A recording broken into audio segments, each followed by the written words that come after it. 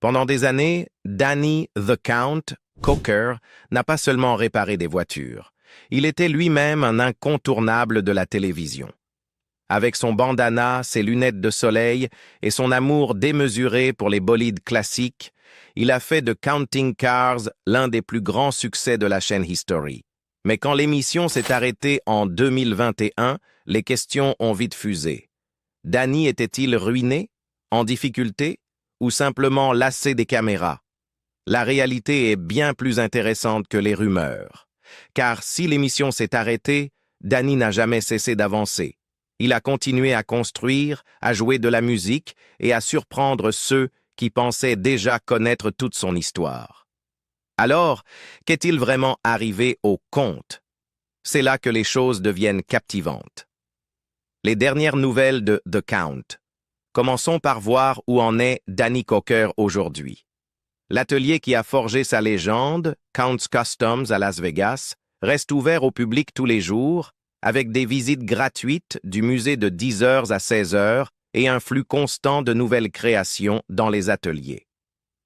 Le site officiel continue de promouvoir un accès direct à la collection de Danny. Pas de billetterie exclusive, pas de cordon rouge. Seulement des voitures, des motos, du merchandising et la même énergie d'atelier hors la loi qui a rendu l'émission addictive. À l'intérieur, ses fidèles lieutenants sont toujours là. Ryan Evans, si souvent la cible de rumeurs malveillantes en ligne, reste le cœur battant de la peinture et du graphisme, et Orny Mike est toujours l'évangéliste de l'aérographe sur casque que les fans se rappellent. Le rythme n'a pas ralenti parce que les caméras se sont arrêtées. Il est simplement revenu à celui d'un atelier de customisation qui vit ou meurt grâce à la qualité, au délai et aux clients réguliers qui affluent du strip. Les mises à jour de l'atelier, les registres de visiteurs et les horaires quotidiens en disent bien plus long que n'importe quel communiqué de presse. Au-delà du plancher de l'atelier, Coker est resté visible de façon marquante. En février 2025, il a amené l'une de ses créations personnelles, une Lincoln Continental 1978 entièrement réinventée, avec seulement 14 000 miles au compteur, jusqu'à Los Angeles pour le gala Jenny's Fund de Steven Tyler, où elle s'est vendue 300 000 $, l'enchère la plus élevée de la soirée. Ce n'était pas une apparition, mais une déclaration. La marque Count continue de peser quand savoir-faire et cause juste se rencontrent. Il est aussi revenu derrière le micro avec la famille de Pound Stars. En mai 2025, Rick Harrison et Chumlee ont accueilli Danny dans leur podcast Pound After Dark pour un long épisode sans filtre, souvenirs d'atelier, début à la télévision et allusion à l'avenir. Ce n'était pas de la nostalgie pour elle-même, mais plutôt un redémarrage en douceur, preuve que le lien entre Pawn Stars et Counting Cars reste vivant. Là où les gros titres ont fait du bruit cette année, c'est autour du Kuntz Vamped, le club rock hors strip que Danny et sa femme Corey dirigent depuis 2009. À la mi-mai 2025, il a confirmé que le lieu était à vendre pour 4,3 millions de dollars et fermerait après 16 ans de service. Il a présenté ce choix non comme une sortie de la vie nocturne de Vegas, mais comme un changement de vitesse nécessaire après une décennie et demie de logistique épuisante. Gérer un club rock, ça prend beaucoup de temps et d'énergie. Quelqu'un d'autre doit vraiment reprendre ça, a-t-il confié au Las Vegas Review Journal, tout en soulignant qu'il ne prenait pas sa retraite. Le calendrier d'adieu a prouvé sa sincérité. Un dernier mois chargé, Night Ranger, Loverboy et un concert de Counts 77 le 28 juin, avant que les portes ne ferment et que la mise en vente reste active. Si vous pensiez que la fermeture de Vamped signifiait moins de concerts, c'est l'inverse qui s'est produit. Danny et Corey ont immédiatement transposé l'ADN rock'n'roll dans une nouvelle série de shows au Copa Room du Bootlegger Bistro. Les concerts Beyond Vamped et d'autres soirées ponctuelles ont maintenu cette scène vivante. Même tribu, nouvelle salle, avec Counts 77 en tête d'affiche aux côtés d'artistes invités. Alors, retraite? Pas du tout. La vente de Vamped s'est accompagnée d'une note que les fans connaissaient par cœur. Il se concentre sur des projets dont il ne peut pas encore parler. Ce n'est pas de la coquetterie. Il a déjà donné les grandes lignes. Ateliers ouverts, visites de musées, groupes actifs, interventions médiatiques quand c'est pertinent, tout en laissant la porte ouverte à un retour à l'écran si le format respecte les voitures comme il l'entend. Entre la scène caritative à L.A., la reconnexion podcast avec Rick et Chum, le relais du Copa Room et les visites publiques sur Island Drive, le constat est clair. Cocker a élagué ce qui l'épuisait, doublé ses efforts sur ce qui le passionne et maintenu l'écosystème du Count en marche sans avoir besoin d'une émission hebdomadaire pour le prouver. Les débuts. Pour comprendre le parcours de Danny, il faut remonter à Cleveland, dans l'Ohio, où il est né le 5 janvier 1964. Son père, Daniel Cocker Sr., était un musicien de formation classique qui a joué avec des groupes de gospel légendaires comme The Cathedral Quartet et The Foggy River Boys. La musique emplissait la maison des Cocker, et le jeune Danny monta sur scène au Carnegie Hall dès l'âge de 11 ans. Pourtant, ce n'est pas la musique, mais les voitures qui allaient devenir son obsession pour la vie. Une partie de cette passion venait du travail quotidien de son père. En parallèle de sa carrière musicale, Danny Sr. travaillait également pour la Ford Motor Company, et Danny a grandi immergé dans la culture des muscle cars de Detroit. À l'adolescence, il s'était déjà appris à démonter et remonter des moteurs, un mécanicien instinctif en devenir. Il a un jour raconté que sa première histoire d'amour avec l'automobile avait commencé quand son père lui avait offert une Mustang GT 350 de 1966 à l'âge de 9 ans. Encore aujourd'hui, il jure qu'il ne s'en séparera jamais. Las Vegas allait tout changer pour la famille Cocker. Lorsqu'ils s'y installèrent dans les années 1980, le père de Danny acheta une chaîne de télévision locale, la Channel 33. C'est là que Danny fit ses premiers pas sous les projecteurs en animant Saturday Fright at the Movies, une émission nocturne consacrée aux films d'horreur de série B. Habillé de cuir, portant des lunettes de soleil et un maquillage inspiré des vampires, il se faisait appeler Comte Cool Rider. Le surnom est resté. Ce personnage de Count, sombre, flamboyant, mais étrangement séduisant, est devenu la base de sa future marque. Même lorsqu'il a quitté la télévision pour se consacrer au garage, cette identité l'a suivi. Count's Customs n'était pas un simple atelier de voitures. C'était le royaume de Danny, où chaque création reflétait non seulement un savoir-faire, mais aussi un sens du spectacle, un phénomène de télé-réalité. Le véritable tournant est arrivé au début des années 2000. Rick Harrison, propriétaire du Gold and Silver Pawn Shop et vedette de l'émission Pawn Stars sur History Channel, avait besoin d'un expert en automobile pour évaluer des voitures rares amenées à la boutique. Il appela Danny. Les téléspectateurs l'ont immédiatement adoré. Il n'a pas fallu longtemps pour que les dirigeants de History réalisent que Danny était bien plus qu'un simple invité haut en couleur. En 2012, ils validèrent un spin-off, Counting Cars. Soudain, l'univers de Danny, son atelier, son équipe, sa passion excentrique, était exposé à des millions de foyers. Counting Cars est devenu l'un des plus grands succès de la chaîne History. En 10 saisons et près d'une décennie, les téléspectateurs ont vu Danny transformer des machines oubliées en véritables œuvres d'art roulantes. De la mythique Mustang Fastback 68 du premier épisode, aux buggy insolites et aux cadeaux sentimentaux offerts aux familles de ses employés, l'émission a prospéré grâce à un mélange de savoir-faire et de drame. Danny n'était pas seulement la star, il était aussi producteur exécutif, façonnant le récit de l'émission et veillant à ce qu'elle reste fidèle à sa vision. Les clients célèbres affluaient. Des légendes du rock comme Alice Cooper lui confiaient leurs véhicules les plus précieux. Pour les fans, ce mélange de cambouis, de sueur et de riffs de guitare était irrésistible. Financièrement, l'émission fut tout aussi rentable. Selon certaines sources, Cocker gagnait 100 000 $ par épisode, soit environ 1 600 000 $ par saison. Mais la célébrité, comme Danny l'a vite appris, a un prix. Procès, détournement et scandale. Dès 2014, le revers de la médaille commença à apparaître.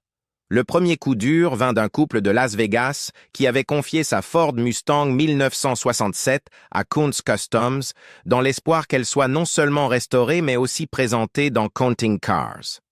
Lorsque les délais furent dépassés et que la voiture n'apparut jamais à l'écran, ils déposèrent une plainte de 50 000 $ pour rupture de contrat. Les documents judiciaires révélèrent les tensions entre les attentes créées par la télévision et la réalité d'un atelier débordé. 3 ans plus tard, en 2017, Kuntz Customs fit face à une autre crise, cette fois venue de l'intérieur. Un cadre de confiance fut découvert en train de détourner environ 75 000 $ des fonds de l'entreprise. L'affaire fit grand bruit en ligne, des sites de potins au forum pointant du doigt Ryan Evans, le peintre et designer phare de l'atelier. Evans travaillait avec Danny depuis plus de 20 ans, et l'idée qu'il ait trahi son patron menaçait de briser l'identité même de l'équipe. Danny prit alors la parole publiquement pour le défendre avec force, le qualifiant de « frère » et de « famille ». Le véritable coupable, expliqua-t-il, était un cadre administratif qui avait depuis été renvoyé. Comme si procès et rumeurs de détournement ne suffisaient pas, Danny dut ensuite affronter une autre bête, les escroqueries en ligne. À partir de 2019, de fausses publicités envahirent les réseaux sociaux, prétendant que Coker avait lancé sa propre marque d'huile de CBD. Ces annonces, souvent accompagnées de montages grossiers reprenant l'image de Danny ou même de faux écrans de Fox News, ont convaincu certains fans de dépenser de l'argent pour des produits qui n'arrivaient jamais.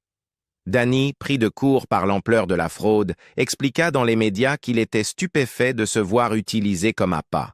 « Apparemment, je vais en prison toutes les semaines », plaisantait-il, se moquant du flux incessant de mensonges en ligne.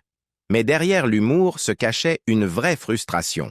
Des fans l'interpellaient en personne pour demander des remboursements ou confirmer s'il vendait vraiment du CBD, obligeant Danny à répéter inlassablement qu'il n'avait aucun lien avec cette arnaque. Les conséquences dépassèrent l'embarras.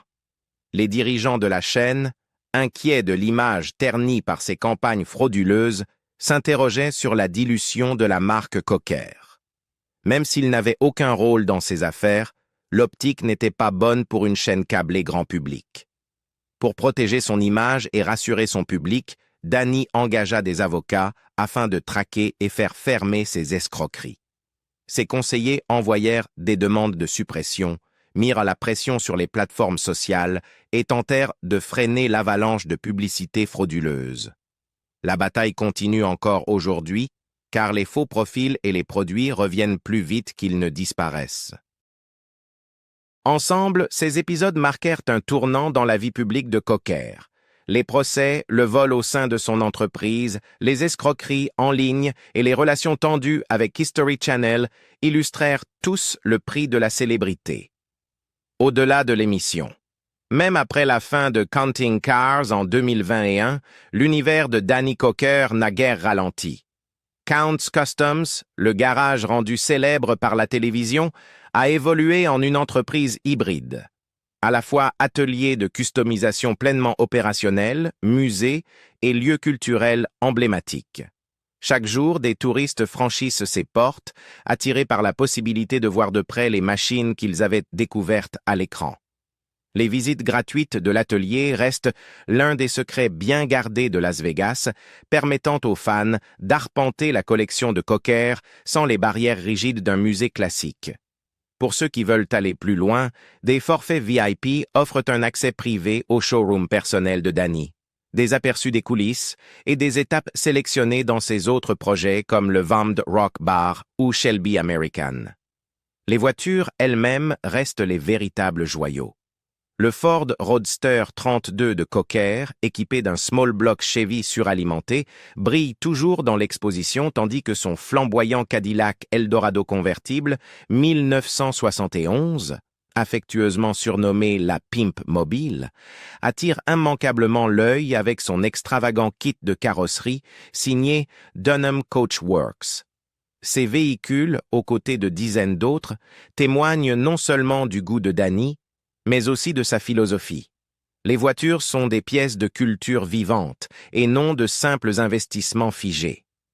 Sa collection, qui comptait autrefois 58 voitures et 78 motos, continue de s'agrandir et de tourner, garantissant aux visiteurs réguliers de toujours découvrir quelque chose de nouveau. Le showroom propose aussi une large gamme de produits dérivés, faisant de Kunz Customs autant une marque qu'un atelier. La musique reste aussi essentielle que le métal et le chrome dans l'univers de Danny. Son groupe de hard rock Kunz 77, formé il y a plus de 10 ans, est toujours actif sur la scène de Las Vegas et au-delà. Leur son est profondément enraciné dans les années 1970, une époque que Cocker vénère pour son énergie brute et ses riffs sans concession. Le groupe s'est produit dans des salles à travers les États-Unis, souvent aux côtés de formations de revival classique rock. Leur présence scénique reflète la double identité de Danny, à la fois passionné de mécanique et showman, toujours plus grand que nature. Son épouse, Corey, joue un rôle central pour maintenir cette machine en marche. Plus qu'une compagne de vie, elle est le cerveau commercial derrière une grande partie de la marque Counts. Elle gère depuis longtemps Counts 77 en s'occupant des réservations, des tournées et du merchandising. Elle était également copropriétaire et directrice artistique du Counts Vamped, sélectionnant des programmations qui attiraient aussi bien des groupes locaux de reprises que des artistes en tournée nationale.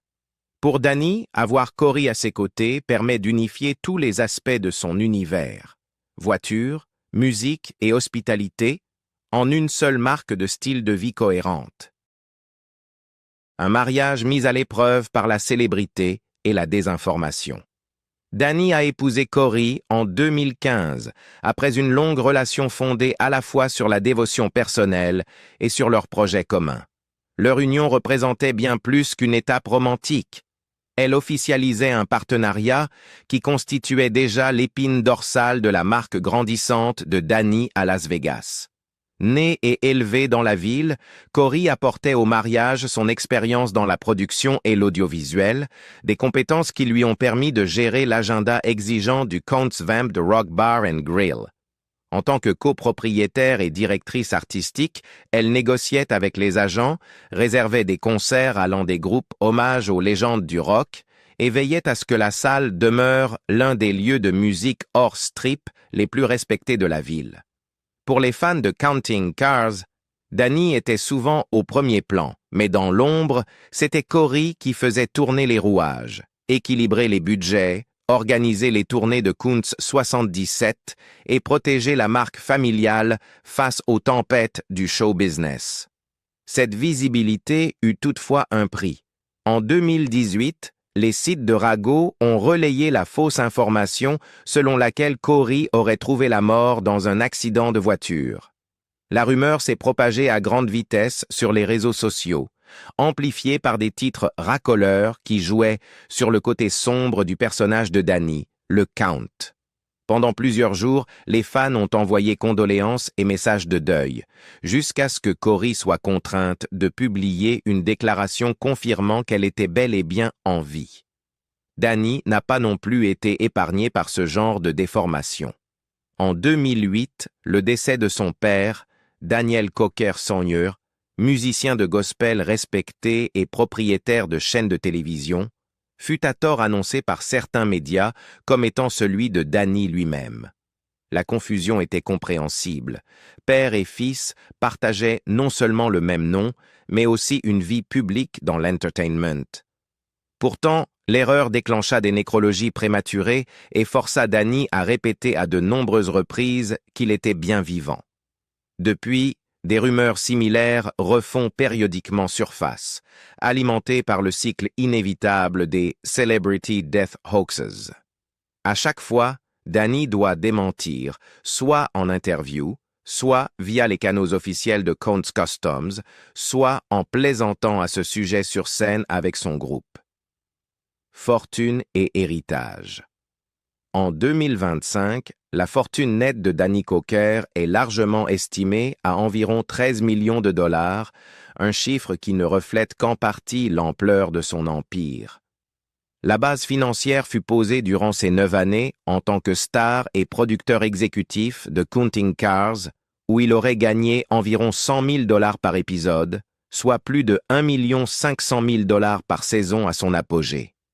Mais à la différence de certaines personnalités de télé-réalité dont la fortune s'évanouit après la fin des caméras, Coker a réinvesti ses gains dans un réseau d'entreprises interconnectées, pensé pour durer au-delà de la célébrité télévisée.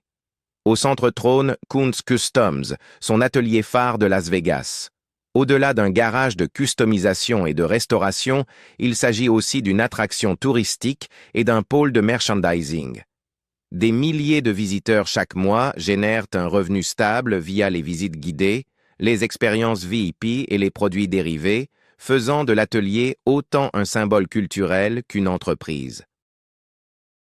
Autour de ce noyau gravitent des projets satellites qui prolongent la marque Count, la Kuntz Tattoo Company à l'intérieur du Rio All Suite Hotel and Casino, les Kuntz Car Tours reliant ses différentes activités, et jusqu'à récemment, le Kuntz Vamped Rock Bar and Grill, co-géré avec Cory pendant 16 ans.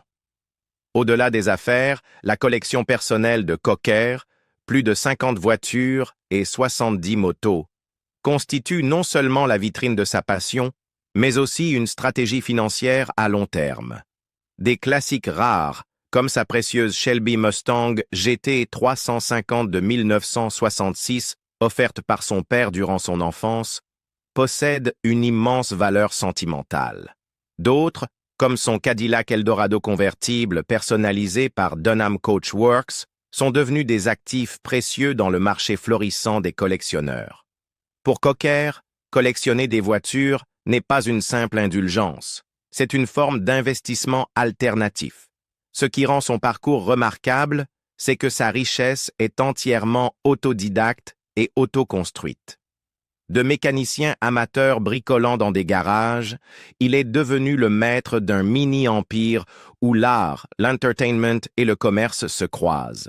Contrairement à beaucoup de stars de télé-réalité, sa célébrité n'était pas une fin en soi, mais un carburant pour ses projets futurs. En fin de compte, l'histoire de Danny Coker n'est pas celle d'un déclin, mais d'une transformation. Il a prouvé qu'une émission de télé-réalité peut s'arrêter sans que la personne au centre ne disparaisse avec elle. Du sol de Kuntz Customs à la scène avec Kuntz 77, il continue de créer, de jouer et de rappeler aux fans pourquoi ils ont été attirés par lui dès le départ.